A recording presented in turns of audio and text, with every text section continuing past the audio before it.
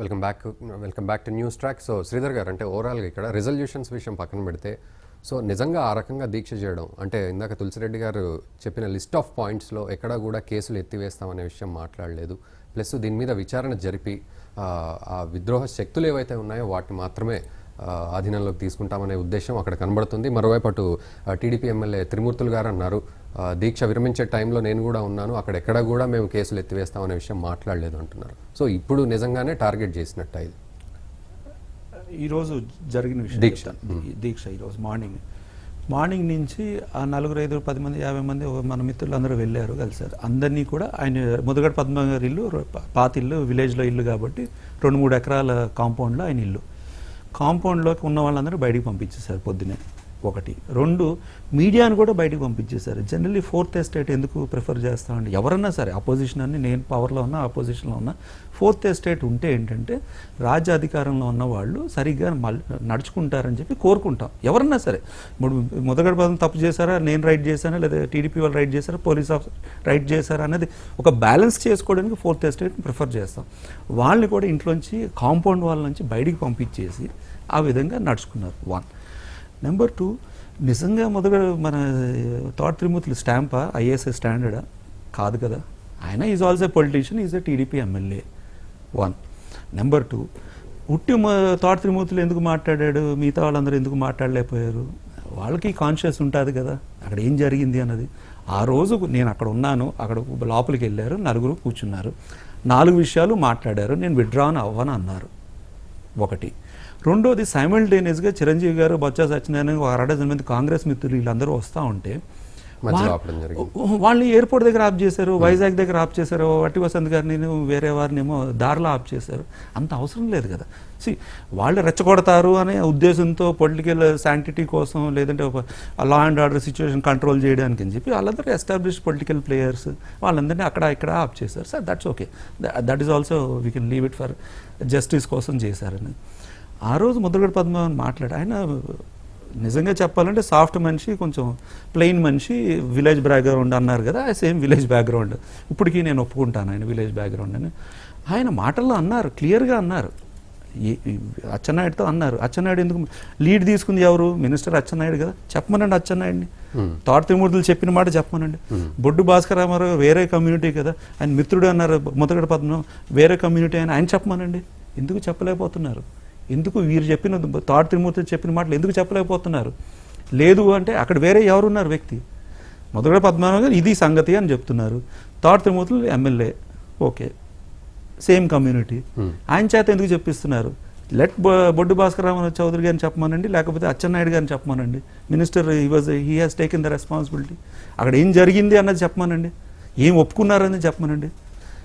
Clear కట్గా ఆ రోజు అండర్స్టాండింగ్ ఏంటంటే, కేసులు కులంకషంగా డిస్కస్ చేసి నాతో ఒకసారి దృష్టి పెట్టండి అని కూడా క్లియర్ కట్గా అండర్స్టాండింగ్ వాజ్ దేర్. అంటే అది తప్పు ఒప్ప అంటే నేను ఆ రోజు ముదగడ పద్మనాభన్ సార్, అది అండర్స్టాండింగ్ ఉండొచ్చు కానీ 10 మందికి చెప్పే విషయం కాదు సార్. ప్రభుత్వం చూపించలేదు, లేదా చూపించామని చెప్పలేదు, because you're out of the government. టెక్నికల్గా పోలీస్ ఎంక్వైరీ జరిగిన తర్వాత అసలు పోలీస్ వ్యవస్థ నుంచి బయటికి మ్యాక్సిమం వచ్చేది హోమ్ మినిస్టర్ దగ్గరికి వస్తుంది. ఇక్కడ law and order Chandrababu Naidu గారి చేతిలోకి ఆయన దగ్గర రావచ్చు. బట్ ఏంటంటే ఇప్పుడున్న పొలిటికల్ సిస్టంలో ఏంటంటే 10 మందికి, పొలిటికల్ పార్టీని అందరికీ అన్ని విషయాలు తెలిసిపోతాయి. పోలీస్ వ్యవస్థ ఏం చేస్తుంది, అరెస్ట్ చేయమంటే అరెస్ట్ చేస్తారు. ఈ విషయంలో ఒకటి చెప్పాలి, ఆంజనేయ రెడ్డి గారు అని senior DGP officer, well known in police circles, ఆయన ఒక ఎస్పీకి ఫోన్ చేసి నా ముందర మాట్లాడిన విషయం ఏంటంటే, you're an young officer, you have a lot of life, don't do actions like this. It's not the end. You are not an arm or an extended arm of a political party or a CM. Don't take it as a prestige issue. CM nakanta neeku close ah. These are the exact words Anjaneya Reddy garu annaru. You need to be within your limits and within your constitution responsibility as an IPS officer అని చెప్పి clear కట్గా చెప్పారు. ఇప్పుడున్న officers కొంత ఏంటంటే beyond their capacity, beyond their what they are suppose to do చేస్తున్నారు. Raviprakash SP కదండి, వచ్చారు, వచ్చిన తర్వాత ఓపెన్గా చెప్పొచ్చు కదా ఈవీవీ అన్నది. ముదగడ పద్మ ఎవరన్నా ఆయన ఏం చెప్పారు? ప్రెస్ మీట్ పెట్టి ఏం చెప్పారు? నేను ముదగడ పద్మ అరెస్ట్ చేయడానికి వచ్చాను, 1, 2 అని 2 చెప్పారు. అరే ముద్రగడ పద్మ ఏం అడిగారు, నన్ను కావాల్సి నువ్వు నిన్నే అరెస్ట్ చేసుకో, నేను అమలాపురం పోలీస్ స్టేషన్ వచ్చి నాతో పాటు 10 మంది ఎవరు వస్తే పలానా రాజుని అరెస్ట్ చేయండి, లేదంటే బొత్స సత్యనారాయణ అరెస్ట్ చేయండి, నాకేం అభ్యంతరం లేదు. మమ్మల్ని అమాయకులైన ప్రజలు వాళ్ళకి సంబంధం లేని విషయాలు ఏ బేసిస్లో అరెస్ట్ చేశారు అది చెప్పండి అన్నారు. That was the demand. నేను మొన్న అడిగింది ఏంటంటే అమాయకులైన వాళ్ళు నా వర్గాన్ని వాళ్ళు కాదు, నా కమ్యూనిటీ వాళ్ళు కాదు, వేరే వాళ్ళని ఎవరో అరెస్ట్ చేస్తున్నారు తునిది అని చూపించి మళ్ళీ రౌడీ షీటర్లు అంటున్నారు, లేదంటే ఏదో అంటున్నారు, theft of inside information. Police స్టేషన్లో దమ్మి జరిగింది, ఏదో జరిగింది, అక్కడ సెల్ ఫోన్లు కొన్ని పోయినాయి, ఆ పోయినాయి ఎవరో తీసుకుని వెళ్ళి అమ్మారు, అమ్మిన వాళ్ళు ఎవరి దగ్గర ఉన్నది, అది ఈఎంఐ కోడ్ ప్రకారంగా పట్టుకున్నారు. That is one of the case. దానికి ముద్రగడ పద్మ అది పెద్ద కేసు కింద చెప్పారు. సరే అరెస్ట్ చేసిన వాళ్ళు ఒకరిద్దరిని అది చూపించారు. అది కొన్నవారా లేదా నిజంగా దొంగలించిన వారా? పోలీస్ షుడ్, అంటే ఇది మేజర్ ఇష్యూ కాబట్టి police should explain their stand. ఇది నార్మల్ ఏదో చిన్న కేసు అనుకోండి, ఈ కమ్యూనిటీ ఇష్యూస్ కూడా ఇన్వాల్వ్ అయినాయి కాబట్టి police should be above board. ఇది మేము ఇలాగ యాక్షన్ ఎందుకు తీసుకుంటున్నాం అంటే నలుగురికి తెలియాలి, లేదంటే 4 వరకు చూసినప్పుడు అంతేగాని ట్రైన్ కాలిపోయింది ఇప్పుడు till today train is not an issue. ఈరోజు ప్యానల్ డిస్కషన్లో కూడా train is an issue for them. Train issue మీద బేస్ చేసుకుని ఎవరు ఏమీ అరెస్ట్ చేయలేదు ఇప్పుడు దాకా. ట్రైన్ ఇష్యూ మీద బేస్ చేసుకుని ఎవరిని ముద్రగడ పద్మతో సహా అరెస్ట్ చేయలేదు. Even today, even now only issue is other issues. But డిస్కషన్లో మాట్లాడారు తెలుగుదేశం పెద్ద ఆయన ఏం మాట్లాడుతున్నారు, ట్రైన్ ఇష్యూ గురించి మాట్లాడారు, అది పెద్ద లాస్, నేషనల్ లాస్ అని అంటారు. జాట్స్ ఇష్యూలో ఏం జరిగింది, పటేల్స్ ఇష్యూలో ఏం జరిగింది అంటే అలానే కాదు. నేను అనేది ఏంటంటే అక్కడ ప్రభుత్వాలు ఏ విధంగా నడుచుకుంది, మీదే ప్రభుత్వం కాదు కదా, మీదే ప్రభుత్వం కాదు, ప్రభుత్వం భారతదేశంలో కూడా ప్రభుత్వం చేస్తే అరే సంఘ విద్రోహ శక్తులు అరెస్ట్ చేస్తే ఈ రోజు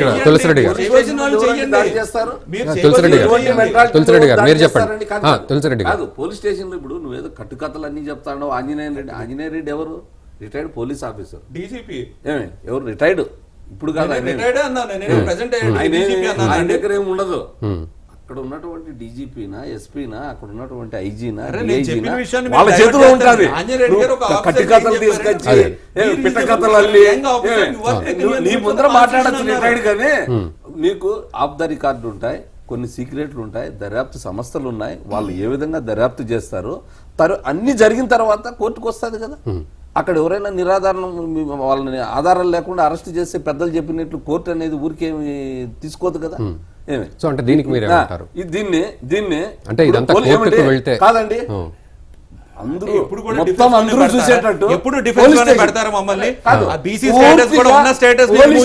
తగలబెడితే పోలీస్ స్టేషన్ పోలీసులు పరారైపోతే అక్కడ ఇంక ఎవరు లాండ్ ఆర్డర్ కాపాడాలా? ఇప్పుడు ఇదే ముద్రగడ్డ రేపు ఏదన్నా జరిగింది అనుకోండి,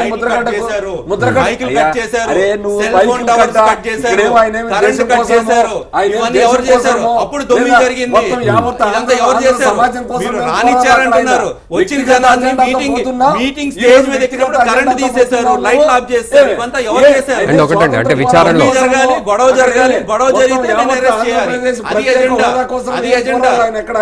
మీరు అన్నట్టు ఏమి సాఫీగా లేదు. నేను చెప్పేది సాఫీగా జరగలేదు. తప్పు పోలీస్ స్టేషన్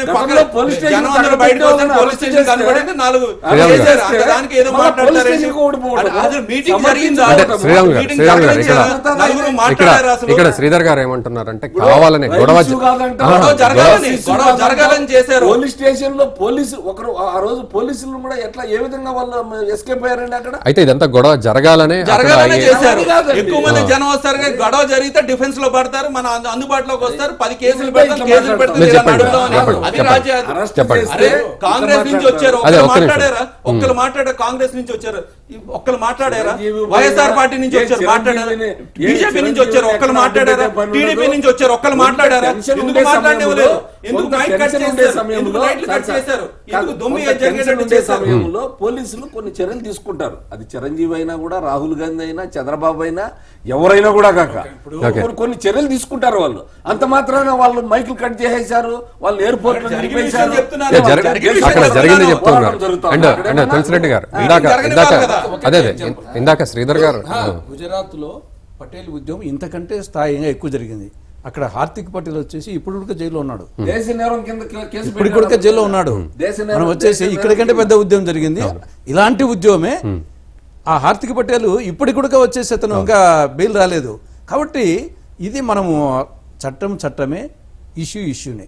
ఇష్యూ వరకు వచ్చేసి డెఫినెట్గా వాళ్ళు దాంట్లో పెట్టారు కాబట్టి, మేనిఫెస్టోలో పెట్టారు కాబట్టి ఇది తెలుగుదేశం పార్టీ బాధ్యత, అది బాధ్యత. కానీ ఈ ఇష్యూ వచ్చేసి ఇది చట్టం తన పని తాను చేయాల్సింది. లేకుంటే చట్టం పని చేయకుంటే ఎవరు సమాజంలో ఎవరికి రక్షణ ఉండదు. అయితే అలా ఉండదు, మాట తప్పడము లేకపోతే కావాలని గొడవ చేసి మళ్ళీ తర్వాత అమాయకులను శిక్షించడం ఇదంతా అంటున్నారు. కోర్టులు ఉన్నాయి, అది చట్టం తప్పేసే కోర్టులు ఉన్నాయి. పటేల్స్ కి ఎప్పుడు బీసీ స్టేటస్ లేదు, జాట్స్ కి ఎప్పుడు బీసీ స్టేటస్ లేదు. They are little financially well off than us. ఈ community at par, they below poor. అలాంటి వాళ్ళు బీసీ స్టేటస్ ఎంజాయ్ చేసిన రిమూవ్ చేశారు. మా కజిన్స్, మా బ్రదర్స్ తెలంగాణలో ఎంజాయ్ చేస్తున్నారు. అది రిజర్వేషన్ వచ్చిందే 1970లో. ఓకే, బీసీ రిజర్వేషన్స్ పెట్టిందే బ్రహ్మాంధ్ర పీరియడ్ లో 1970లో. అంతవరకు రిజర్వేషన్స్ లేవు. ఎంజాయ్ చేసింది ఎప్పుడు ఇంకా కాపులు. Disagree with you sir. Neelam Sanjay Reddy గారు రిమూవ్ చేశారు BC status. Sir I'm sorry sir, I respect you but I'm very sorry that you are saying that we never enjoyed. మరి మున్నూరు కాపులకి ఎక్కడి నుంచి వచ్చింది, తూర్పు కాపులు ఎక్కడి నుంచి వచ్చినాయి? మొత్తం అందరికి రిజర్వేషన్ పెడితే 1970 అంతవరకు బీసీలో ఉండింది వాస్తవమే. అదే సార్, అందుకే రిజర్వేషన్స్ లేవంటాను. అందుకే స్టేటస్ ఉన్నది కానీ రిజర్వేషన్స్ లేవు. మొత్తం ఎంటైర్ బీసీలకే లేవు రిజర్వేషన్స్. 1970లో రిజర్వేషన్స్ లేవంటే స్టేటస్ ఉందని ఒప్పుకున్నారు కదా, చాలా సంతోషం. రెండో విషయం కూడా రిజర్వేషన్ స్టేటస్ నా రిజిస్టర్ లో కూడా ఉంది. కాబట్టి డిస్కషన్ కంటిన్యూ అవుతుంది. చిన్న బ్రేక్ తర్వాత stay tune to Bharat today.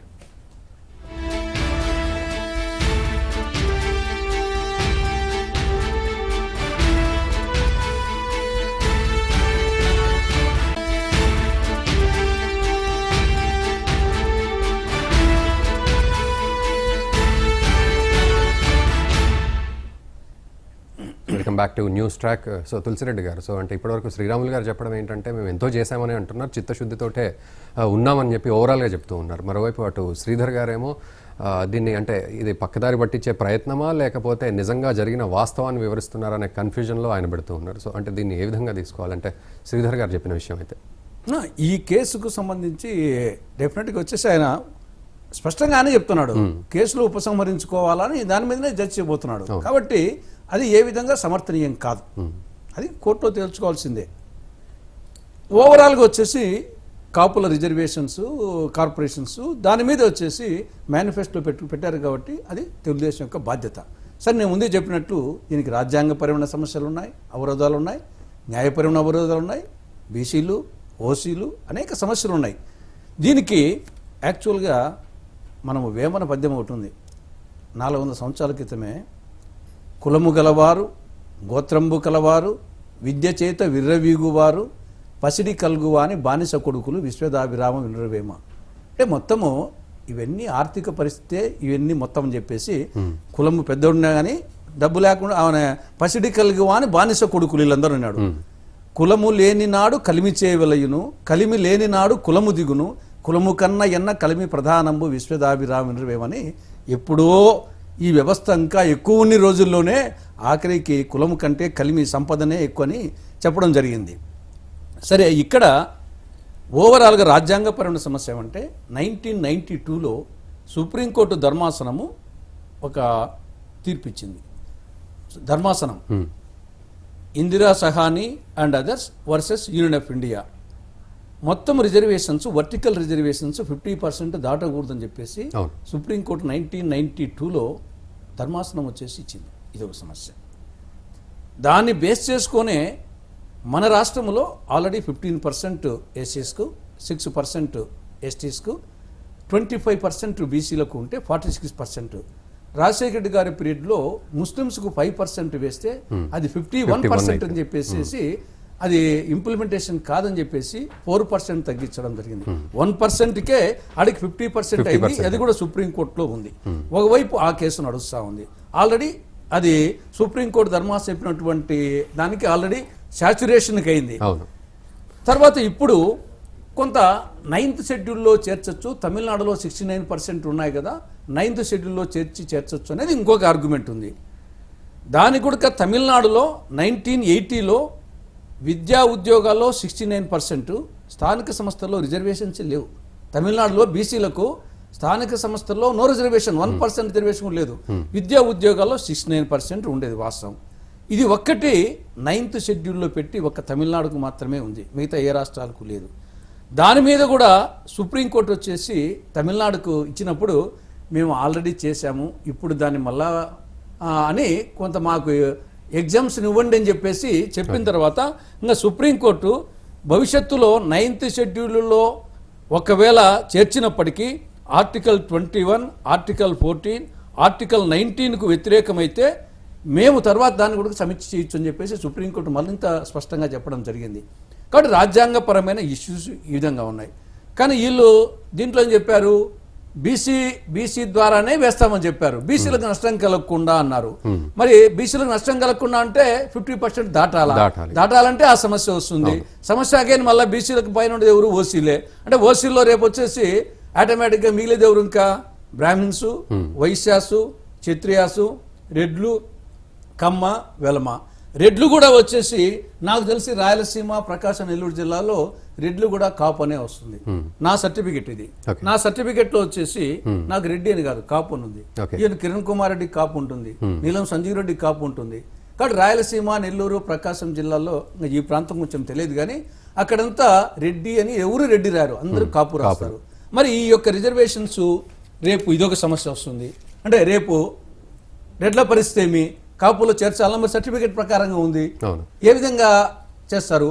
ఇంకా రాయలసీమ రెడ్లు, నెల్లూరు రెడ్లు, ప్రకాశం రెడ్లు దీనికి వచ్చేసి ఇంకా కాపు, తెలగ, బలిజ, ఒంటరి అందరూ వచ్చేసి వస్తే ఇంకా మిగిలేది ఎవరు? బ్రాహ్మిన్స్, వైశ్యాసు, క్షత్రియాసు, కమ్మ, వెలమ. కాబట్టి ఇది కందిరీగల చుట్టూ అందుకే అంటున్నాను. దీనికి రాజ్యాంగపరమైన సమస్యలు ఉన్నాయి.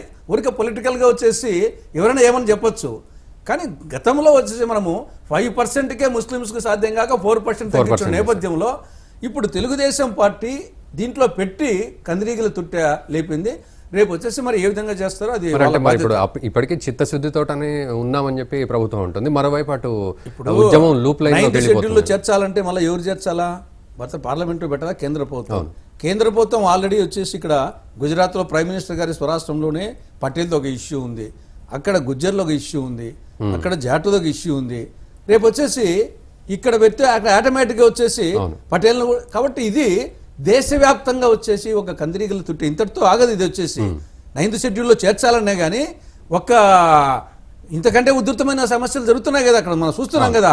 ఆ జాట్ల విషయంలో అంతా జరిగినా కానీ హర్యానా హైకోర్టు వచ్చేసి గవర్నమెంట్ చేసిందానే కొట్టేసింది. హర్యానా గవర్నమెంట్ చేసిందానే హైకోర్టు కొట్టేసింది, మళ్ళా సుప్రీంకోర్టులో ఉంది. కాబట్టి గుజరాత్ పిఎం స్వరాష్ట్రంలోనే పటేల్ ఉద్యమం ఇప్పటికే ఆ అబ్బాయి వచ్చేసి లోపల ఉన్నాడు. కాబట్టి ఇది చాలా జటిలమైనటువంటి, ఎవరు పొలిటికల్గా ఏ పార్టీ పొలిటికల్ యూజ్ చేసుకున్నా కానీ అది బూమరాంగ్ అవుతుంది. సో అంటే ఎవరైనా కానీ ఇంక్లూడింగ్ అవర్ పార్టీ ఆల్సో ఇది బూమరాంగ్ అవుతుంది వచ్చేసి సామాజిక. అంటే ఫైనల్ గా మీరు చెప్పేది ఏంటి అంటే ఇది నిజంగా అంటే కమిషన్ టైం కాదు, అసలు ఎక్కువ టైం తీసుకున్నా కూడా ఇది సాల్వ్ కాదని అంటే సరే చేస్తారో చూద్దాం. ఆ కమిషన్ ముందు కమిషన్కైనా కానీ ఒక ప్రాతిపదిక మా గతంలో కూడా జనగా ఏముంటుందంటే జనరల్గా బీసీలో చేర్చాలంటే వాళ్ళ జనాభా ప్రకారంగా ప్రాతినిధ్యం ఉందా లేదా, పొలిటికల్గా కానీ విద్యాపరంగా కానీ ఉద్యోగపరంగా కానీ అని ఒకటి చూస్తారు. రెండవది వెనుకబాటుతనం ఏమన్నా ఉందా, మూడవది వచ్చేసి సామాజిక వివక్షత ఏమన్నా ఉందా. ఇవి కొంత వెనుకబడిన తరగతిలో చేర్చాలంటే ప్రధానంగా ఈ 3 ప్రామాణికలు ఉంటాయి. ఒకటి ఆ క్యాస్ట్ జనాభా పరంగా వాళ్ళకు విద్యా ఉద్యోగాలలో పొలిటికల్గా ఆ ప్రాతినిధ్యం ఆ స్థాయిలో ఉందా లేదా అనేది ఒకటి చూస్తారు. రెండవది వచ్చేసి సామాజిక వివక్ష ఏమన్నా ఉందా, అంటరాని వారిగా చూసేటప్పుడు ఏమన్నా ఉందా, వెనుకబాటుతనము ఫైనాన్షియల్గా ఉందా. అంటే కమిషన్లో ఇవన్నీ కమిషన్లో ఇవి చూసి వాళ్ళు ఇస్తారు. ఇచ్చినంత మాత్రాన ఫైనల్గా వచ్చేసి ఒక డెసిషన్ తీసుకుంటే 50 దాటింది కాబట్టి ఖచ్చితంగా 9th షెడ్యూల్లో చేర్చాలా. వీళ్ళు కమిషన్ ఇచ్చినా కానీ రాష్ట్ర ప్రభుత్వం నిర్ణయం తీసుకొని వీళ్ళ చేయి దులుపుకుంటారు. ఆ పైన కేంద్ర ప్రభుత్వం పోతుంది. కేంద్రం పెట్టాలంటే 9th షెడ్యూల్లో పెట్టాలంటే అగైన్ గుజరాత్ చూసుకోవాలా, హర్యానా చూసుకోవాలా, రాజస్థాన్ చూసుకోవాలా, జాట్లు దేశవ్యాప్తంగా ఉన్నారు. కాబట్టి ఇది అంత మాత్రం చేత ఈవెన్ కేంద్ర ప్రభుత్వం పెట్టినా కానీ అగైన్ సుప్రీంకోర్టు వచ్చేసి ఆల్రెడీ ధర్మాసనం ఇచ్చింది. మళ్ళా ఈవెన్ 9th షెడ్యూల్లో చేర్చినా కానీ మళ్ళా మేము రివ్యూ చేస్తామని చెప్పేసి ఆల్రెడీ ఇండికేషన్ కూడా ఇచ్చారు. కాబట్టి ఇన్ని సమస్యలు ఉన్నాయి. దీని కార్పొరేషన్ వరకు పెద్ద ఇష్యూ కాదు. 5,000 కోట్లు అన్నారు, ఆయన అడిగింది అదే 300 కోట్లు ఇచ్చారు, ఈ సంవత్సరం 1000 కోట్లు. దాని గురించి ఎక్కడన్నా కొంత జన్మభూమి కమిటీ దాంట్లో ఉంటే దాని గురించి ఫైట్ చేయొచ్చు, అది పెద్ద ఇష్యూ కాదు. కానీ రిజర్వేషన్స్ మాత్రము అగైన్ ఇక్కడ మళ్ళీ అగైన్ నేను ఇంతకుముందు చెప్పాను, రెడ్ల పరిస్థితి ఏమవుతుంది, రెడ్లు వచ్చేసి ఎక్కడ రెడ్డి అని ఉండదు, కాపు అని వస్తుంది. కాపు అంటే ఇది ఒక ఫార్మింగ్ కమ్యూనిటీ కింద. కాబట్టి ఇది అనేకమైన కందిరీగల తుట్టెతో దీన్ని అన్ని పొలిటికల్ పార్టీస్ దీన్ని ఏందో వచ్చేసి ఒకరిని ఇబ్బంది పెట్టాలని ఇంకోరు ఈ టైపులో వాళ్ళు ఇబ్బంది పెడతారేమో అని ఎన్నికల మేనిఫెస్టో పెట్టడం, ఈ విధంగా చేసి ఒక సామాజిక అన్రెస్ట్ క్రియేట్ చేయడం తప్ప ఇది అంత ఈజీ సమస్య కాదు. ఓకే అండి, thank you very much Tulasireddy గారు coming to Bharat today studios. So అది పరిస్థితి. మొత్తానికి ఓవరాల్గా అటు బీసీలను కాపులను బీసీల్లో చేర్చడం విషయంలో అటు ప్రభుత్వం చిత్తశుద్ధితోటి ఉంది అని అటు ప్రభుత్వం చెప్తోంది. మరోవైపు ఇటు ముద్రగడ పద్మనాభం దీక్షలు పక్కదారి పడుతున్నాయంటూ ఆరోపణలు వస్తున్నాయి. మరోవైపు ఇటు రాజ్యాంగబద్ధంగా ఇదంతా కూడా సాధ్యం కాని విషయం అంటూ మేధావులు చెప్తూ ఉన్నారు. మరి భవిష్యత్తులో పరిస్థితి ఏ విధంగా సాల్వ్ అవుతుందో వేచి చూడాల్సిన తరుణం. ఇది న్యూస్ ట్రాక్. చూస్తూనే ఉండండి భారత్ టుడే, భారతీయుల హృదయ స్పందన.